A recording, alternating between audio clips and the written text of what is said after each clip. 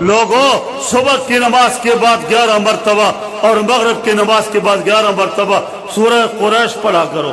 شیخ الحدیث مولانا عبدالحق صاحب نے ترجمہ کرتے ہوئے فرمایا الذی اطعمہم من جو، بھوک میں، فقر میں، غربت میں اللہ رزق کے حلال سے مالا مال کر دے گا۔ وَأَمَنَ مِنْ خَوْفٍ، حکمران شیطان ابلیس اور دشمن سے اللہ تیری حفاظت کرتے ہوئے تجھے اپنے دامن میں بٹھا دے گا۔